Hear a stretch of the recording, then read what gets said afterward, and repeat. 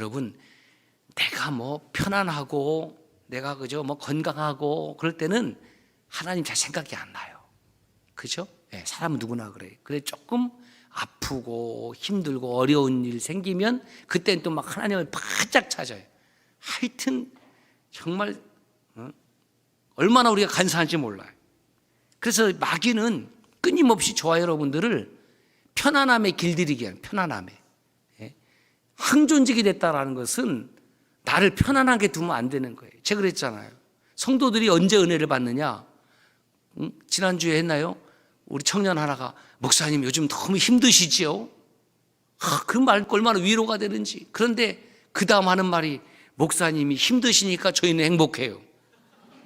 야, 하여튼 그것을 잘못 이해하는 사람들은 아주 고약한 놈 그러겠지만 그게 아니라 그렇게 편안함에 길들여지지 아니하고 최선을 다해서 그렇게 사역하는 모습 속에 성도들은 영적인 풍요로움을 느낀다는 거예요.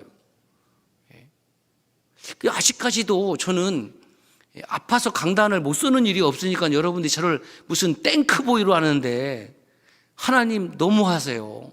그리고 이 말씀을 좀 전하다가 좀 코피도 이렇게 싹 해준 나오고 그러면은 얼마나 좋아. 근데 안 나와요. 그것이 은혜인 줄로 믿습니다. 여러분, 아파서 고침받는 것도 은혜지만은 안 아픈 것이 더 큰 은혜예요. 옆 사람에게 인사합시다. 아플 자유를 박탈합니다. 시작. 이게 얼마나 은혜인지 몰라. 우리 또 김충국 장로님 지금 교통사고 나서 병원에서 이 유튜브 설교를 듣고 있겠지만 뒷차가 또 받아갖고 그런데 아직 생존해 계시어요. 그래도 많이 충격받으셨을 것 같아요. 여러분도 이따 위에서 기도합시다.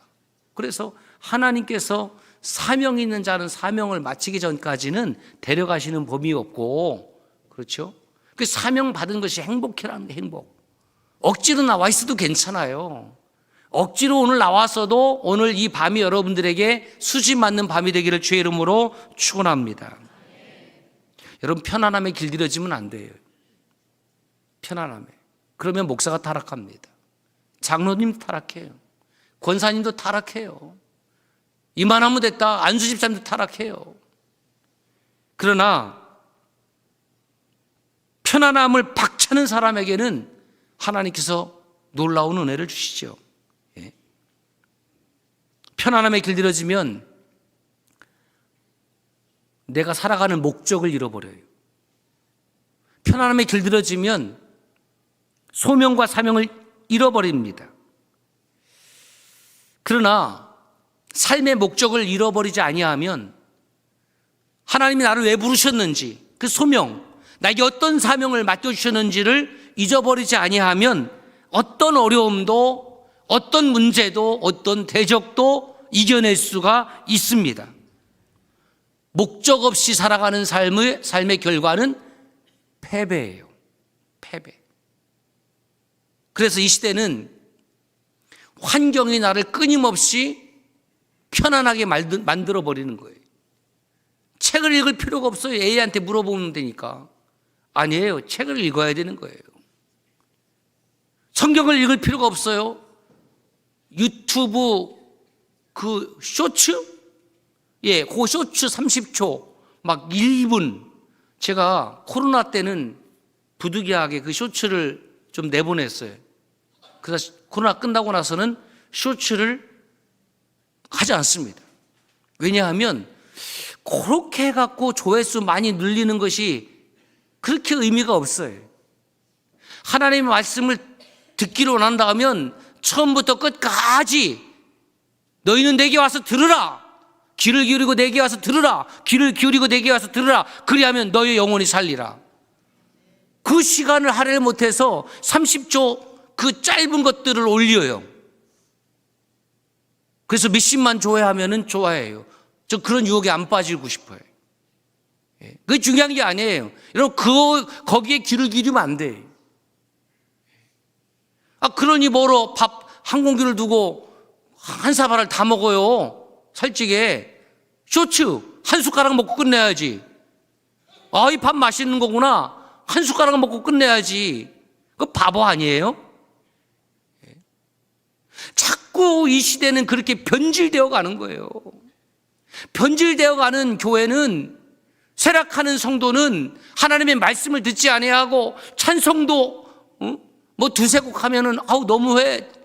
찬송가 5절까지 부르면 오늘 목사님이 좀 맛이 갔나 보다. 찬송가 3절짜리도 있는데 왜 5절까지 불러 제끼고 있나? 다 병든 거예요. 여러분, 그리스도인은 환경을 바라보는 사람이 아니라 누구를 바라봐요? 하나님만 바라보는 거예요. 하나님을 바라보는 거예요. 하나님을. 그 내가 바라봄의 대상을 놓치는 순간에 목사도 전도사도 권사도 장로도 집사도 다 타락의 길을 걸어가는 겁니다. 오늘 말씀 보세요. 환경의 지배를 받는 여인이 있었습니다. 그런데 이 여인은 환경의 지배를 받기를 거부하고 자기 삶에 닥친 문제를 주님 앞으로 가지고 옵니다. 이 마태복음 15장 전반절을 보면은 예루살렘에서 예수님께 나온 바리새인과 서기관들이 있습니다. 그리고 또 예수님께 시비를 겁니다.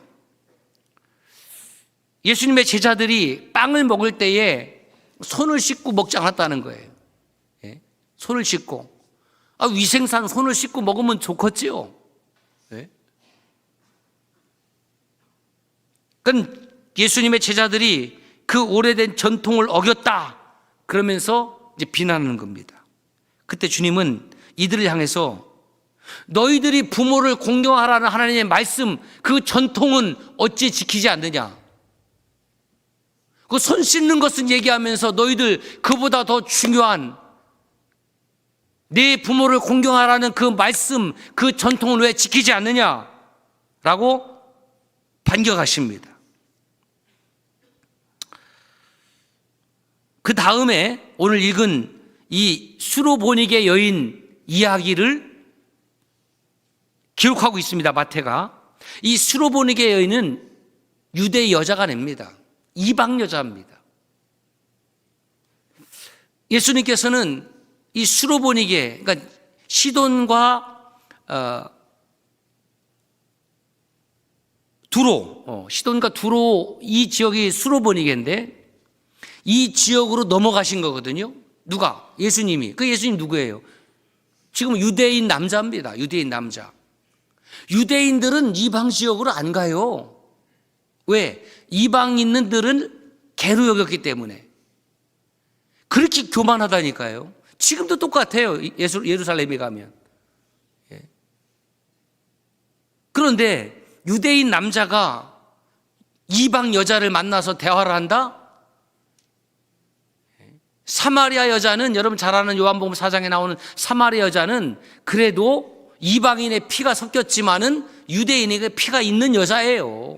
그런데 이 수로보니게 여인은 아예 이방 여인이에요. 이방 여인. 그런데 이 여인이 예수님을 가로막습니다. 신기한 일이 났습니다. 이 여인은 어찌된 일인지 예수 그리스도에 대한 이야기를 들었어요. 예수님께서 유대인 남자로 오셨지만 이 유대인들만 복음을 듣고 하나님의 구원에 초청한 것이 아니라 이방 지역까지 갔어요. 그러니까 경계를 뛰어넘어갔다는 겁니다. 인종의 경계를 뛰어넘고 지역의 경계를 뛰어넘고 문화의 경계를 뛰어넘고 언어의 경계를 뛰어넘을 때 그곳에서 하나님의 선교가 일어나는 거예요. 그 해외 나가 있는 선교사님들은 그러한 삶의 경계선들을 뛰어넘어서 사시고 있는 겁니다. 그래서 그분들이 그곳에서 사는 것 자체가 선교예요. 참 어렵습니다. 문화가 다르고 그렇게 다를 수밖에 없어요. 이 중남미 지역은 그런 문화가 있대요. 저희 집에서 이렇게 이제 수건을 하나 쓰고 있는데 이제 신방을 갔어요. 여기 승원의 집에 신방을 갔. 그랬더니 제 수건이 승원의 집에 걸려 있는 거예요. 아주. 그래갖고 야 이놈아, 너는 왜 내 수건을 그렇게 갖다 걸어놓고 있냐? 그러면은 그 중남미 문화는 그냥 그걸 가지고 가서 주면 끝이야. 뭐 죄송하게 됐다든지 미안하게 됐다든지 그 말이 없어요. 예, 승호야 앞으로 그렇게 해라. 그러니까 주면 끝이야. 주면. 왜 그러냐? 그들 이 생각 속에는 내가 마땅히 가지고 있어야 될 것을 저놈이 가지고 있어서 내가 못 가지고 있는 것, 이렇게 생각한다는 거예요. 원래 내 것인데 저 사람이 가지고 있다. 이게 좀 도대체 무슨 소리예요? 예? 그게 문화야, 문화. 그런 문화를 다 뛰어넘어서 그곳에서 선교사로 살아가는 것 자체가 너무너무 쉽지 않은 일이다. 예? 그런데 이 여인이 뭐라고 주님을 향해서 부르냐면 다윗의 자손이라는 거예요. 여러분, 다윗의 자손이라는 것은 유대인들이 하는 얘기예요. 근데 이 여인은 어찌된 일인지 예수님을 향하여 이분이 다윗의 자손이라고 고백하고 있는 겁니다. 어떤 경로를 통해서든지 이 여인은 그 지역을 뛰어넘고 그 인종을 뛰어넘고 문화를 뛰어넘어서 예수 그리스도를 향해서 다윗의 자손이라고 지금 인정하고 있다는 겁니다. 그 다음에 나오는 문장을 보세요. 나를 불쌍히 여기소서. 내 딸이 흉악한 귀신에 들렸습니다. 그러면서 예수님과 이 여인의 대화를 쭉 살펴보면은 이 수로보리의 여인이 예수님께 간청을 몇 번 하냐면 3번 합니다. 3번 간청을 해요. 여러분, 정말 여러분 삶 가운데에 필요한 하나님의 은혜와 긍휼하심이 있다고 하면 적어도 3번 정도는 간청했으면 좋겠어요. 적어도 3번 정도는 기도했으면 좋겠어요. 적어도 나아만처럼 7번 요단강에 들어갔다 나왔으면 좋겠어요. 우리는 편리함에 길들여져 있어서 뭐 요단강에 그냥 한번 담갔다가 나오면 그냥 깨끗해지면 얼마나 좋아, 짱 하고. 그런데 그렇게 안 해요. 7번 들어갔다 나오라는 거예요. 귀찮게 시리. 요단강 가보면요, 요 무심천도 작지만은 그 천이잖아요. 근데 요단 강이래. 무슨 요단 강이야? 요단 천이지. 그 작아요. 별 볼 일 없어요. 그런데 그곳에 가서 몸을 담그라는 겁니다. 중요한 것이 무엇입니까? 하나님의 종을 통해서 주시는 말씀에 순종하는지. 여러분, 누가 순종합니까? 순종하기로 작정한 사람이 순종하는 거예요. 누가 공부 잘하는지 아세요? 나 공부 잘할래라고 작정한 애가 공부 잘하는 겁니다. 되는 대로 공부하는 애는 원래 성적도 되는 대로 나오는 거예요. 그때 달라요? 기분 따라 달라요. 그 예수님의 반응은 몇 번 나오냐면 4번 나와요. 자, 살펴봅시다. 주무시고 싶으신 사람 주무시고. 1번, 이 여인이 나를 불쌍히 여겨주세요. 그때 23절을 보세요. 한 말씀도 안 하세요. 나 좀 불쌍히 여겨주세요. 한 말씀도 안 하세요. 이것을 전문 용어로 뭐라 그래요? 요즘 쌩깐다. 예. 예? 또 막 씹었다. 막 그냥 무시하셨습니다. 그러니까 그 여인의 뒤에서 제자들이 따라오면서 이렇게 주님께 건의를 하죠. 이 여자 보내세요. 왜? 예수님께서 무시하니까. 그랬더니 예수님의 두 번째 반응이 있습니다. 24절 보십시오. 같이 읽어볼까요? 시작. 나는 이스라엘의 잃어버린 양 외에는 다른 데로 보내심을 받지 아니하였노라. 이 여인에게 직접 한 말은 아니지만 이 여인 보내세요 그러니까 주님이 제자들에게 나는 이스라엘의 잃어버린 양 외에는 보냄을 받지 않았다. 이것을 무엇라고 하냐면 은근히 무시하는 거예요. 대놓고 무시하는 것도 참 참기 힘들어요. 그런데 은근히 무시하는 것도 더 열받아.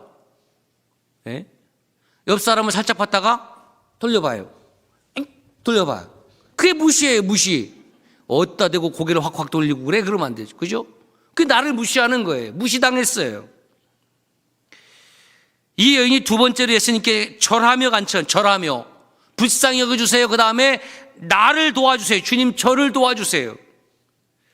그제서 예수님께서 이 여인을 향해서 말을 겁니다. 이것이 예수님의 세 번째 반응입니다. 뭐라고 말하느냐? 엄청 세요. 자녀들의 떡을 취하여 개들에게 던짐이 마땅하지 아니하니라. 그러면 여기서 자녀는 누굽니까? 유대인입니다. 개들은 누굽니까? 바로 너, 이방 여인입니다. 요즘 이렇게 얘기했다가는 정말 무식의 극치라고 할 것 같아요. 앞서 말씀드렸습니다. 유대인 남자가 이방 지역 경계를 뛰어넘어가는 것 있을 수 없어요. 이방 여인과 대화하는 것 있을 수 없어요. 그런데 경계를 뛰어넘어갈 때 선교가 일어나고, 경계를 뛰어넘어갈 때에 선교가 무엇입니까? 하나님의 사랑이 전달되는 거예요. 오늘날 교회를 보면 교회 안에 보이지 아니하는 벽들이 너무 많이 있습니다. 경계가 너무 많아요. 제발 여러분들은 저를 향해서 목사님 바쁘신데 이런 얘기 좀 안 했으면 좋겠어요. 전제 조건을. 여러분들은 청주 서남교회 성도면 얼마든지 담임 목사를 향해서, 부목사님을 향해서 영적 케어를 요청할 권리가 있다는 거죠. 그럼 바쁜 건 제가 알아서 조정하면 되는 건데, 다른 때 걱정하지 아니하고 목사님 요즘 바쁘신데, 그 바쁜데 뭐로 말을 걸어요? 그렇죠? 이해하십시오. 예? 그러니까 이렇게 하셔야 돼요. 나를 위해 바빠주세요. 그렇죠? 이게 말 되는 거예요. 목사님, 나를 위해 바빠주세요. 목사님, 나를 위해 시간 내주세요. 그럴 권리가 청주 서남교회 성도 여러분들에게는 있습니다. 할렐루야. 예? 이런 뜻입니다. 예? 나는 너 같은 여인 상대하지 않겠어. 이게 그럼 예수님의 의도냐? 그게 아니고, 사실은 그때 당시 유대인들의 관점을 예수님이 그대로 드러낸 것뿐이에요. 나는 이방 여인은, 이방 사람은 우리 유대인들은 개로 여기기 때문에 내가 얘기하는 거 난 들을 수가 없어. 자, 이 정도 되면 어떻게 해야 되겠어요? 죄송해요, 강단에서. 근데 리얼하게, 내 참 더러워서 내가, 여러분 그러지 않겠어요? 나를 개로 여기는데, 나에 대해서 조금만 빈정상하는 얘기해도 우리는 막 뒤돌아서는데, 뭐 이 정도면 왜 뒤돌아서야 되는데, 에이, 내가 이스라엘 사람을 다윗의 자손이라고 메시아로 알고 있었다니, 무슨 메시아는 메시아야. 사람 잘못 봤다, 퇴. 우리가 가면 막 소금 뿌리고 막 그래야 되는데. 그런데 이 수로보니게 여인을 보세요. 세 번째 간청하는 겁니다. 27절에 주여 올소이다마는, 끝까지 주님이라는 거예요. Curious, the Lord. 주님. 나를 향해서 개라고 여기는 그 남자를 향해서 주님이라는 말이 나오겠냐고요. 자존심 상한다 이거예요. 자존심 상한데. 여러분, 하나님 앞에서는 우리의 자존심이 필요 없습니다. 여러분, 자존심 필요 없어요. 부부 사이에도 자존심 필요 있어요, 없어요? 헷갈리죠? 부부 사이에 자존심이 있어야 될까요, 없어야 될까요? 없어야 돼요. 그런데 있어요. 예? 그래서 서로 자존심 세우려다가 부부싸움 하는 거예요. 윤선아 집사님, 맞아요, 틀려요. 찔리지. 이름 부르는 걸 감사하게. 우리 봉구 형제는 왜 안 나오는 거야? 예? 봉구 형제님, 이 시간 지금 그대는 어디에서 무엇 하고 있는고?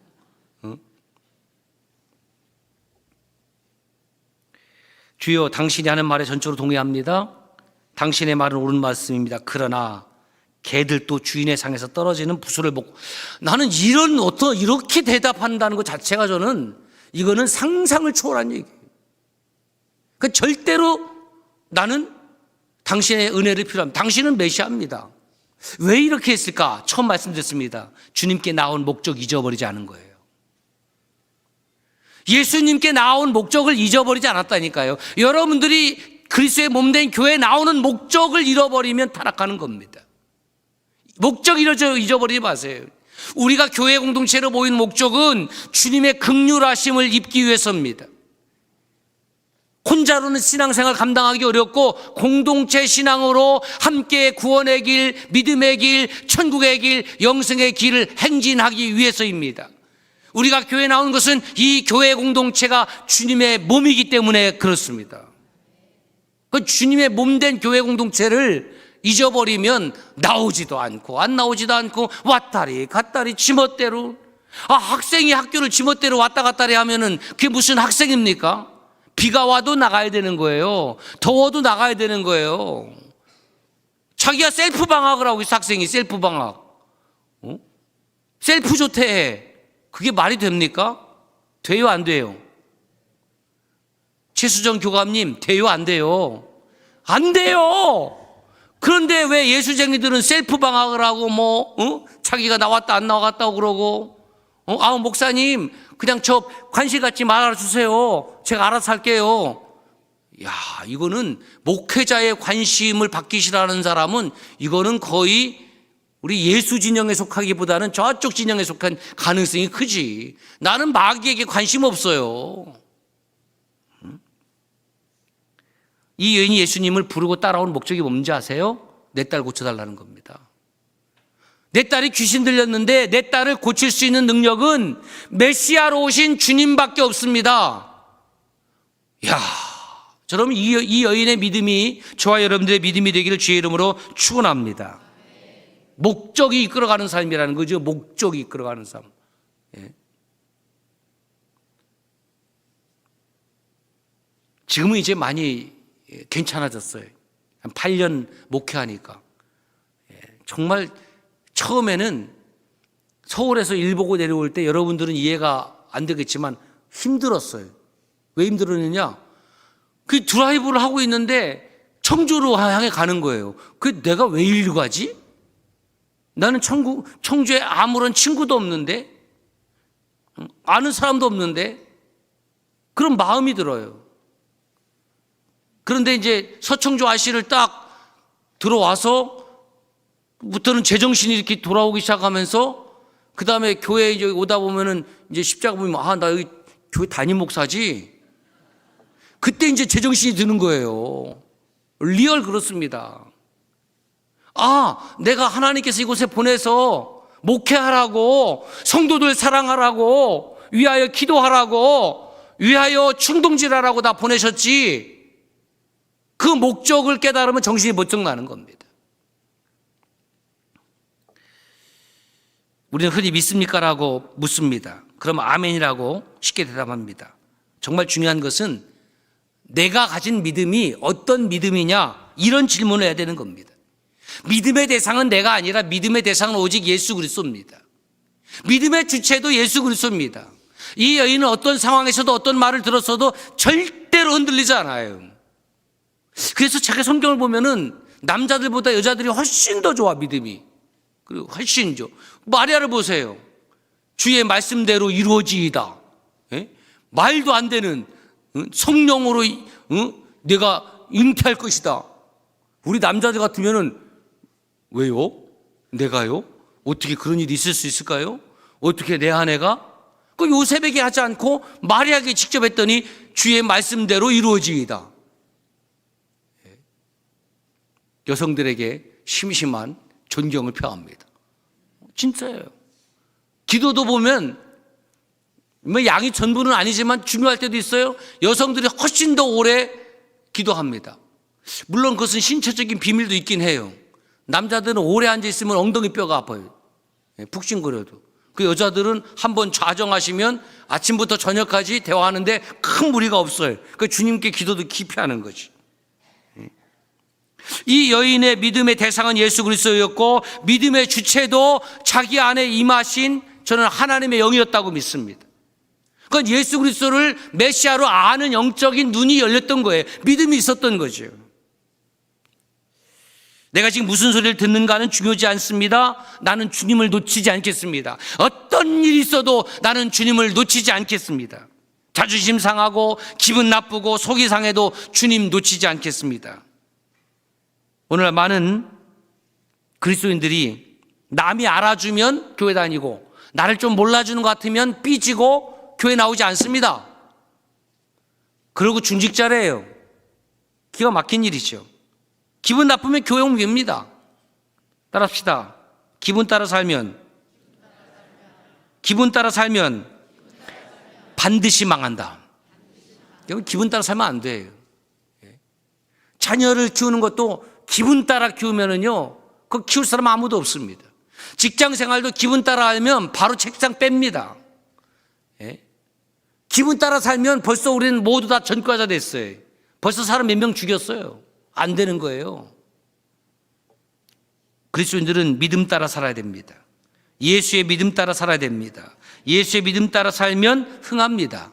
여러분, 기분이라는 건 그렇잖아요. 아침에 기분 다르고 점심 때 기분 다르고 저녁 때 기분 달라요. 교회 올 때 기분 다르고 예배 마치고 나갈 때 기분 다른 겁니다. 하나님께서 기분 나쁜 사람도 예배를 통해서 기분 좋은 사람으로 바꾸어 주시기 때문에 그렇습니다.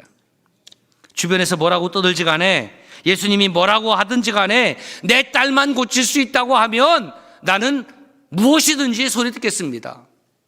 이걸 엄마의 마음이라고 하는 거예요.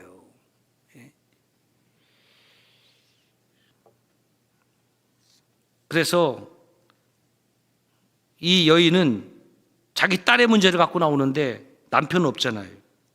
남자들이 원래 그래요. 길을 가면서도 요즘은 내비게이션이 있지만 옛날에 내비게이션 없을 때 아내를 태워가면은 뭐 때문에 싸워요? 아내들은 저 물어보고 가. 남편들이 물어보고 갑니까? 절대로 안 물어보지. 절대로 안 물어봐. 그러면 또 왜 안 물어보냐고 또 따져. 그러면 남자들은 그냥 앞만 보면서 자기가 몇 바퀴 돌면서도 그냥 끝까지 그래요, 안 그래요? 대개 남편 그랬죠?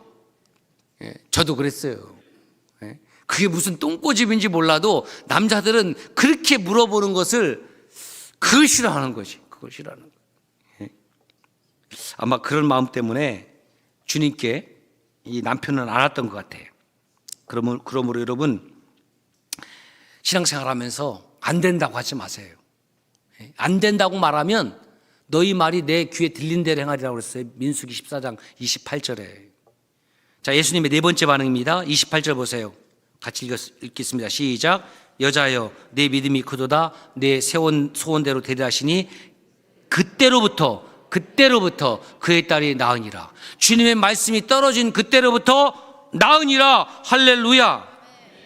그러니까 예수님은 이 여인의 관점을 인정하신 겁니다. 여인의 삶의 목적을 인정하시는 거예요. 다시 말해서 주님은 이 여인을 개로 여기지 않았다라는 것이 여기서 분명하게 드러납니다. 만약에 이 여인들, 이방인들을 유대인들의 전통적인 관점으로 개로 여겼다면 유대인, 이방인 지역에 들어갈 리 만무합니다.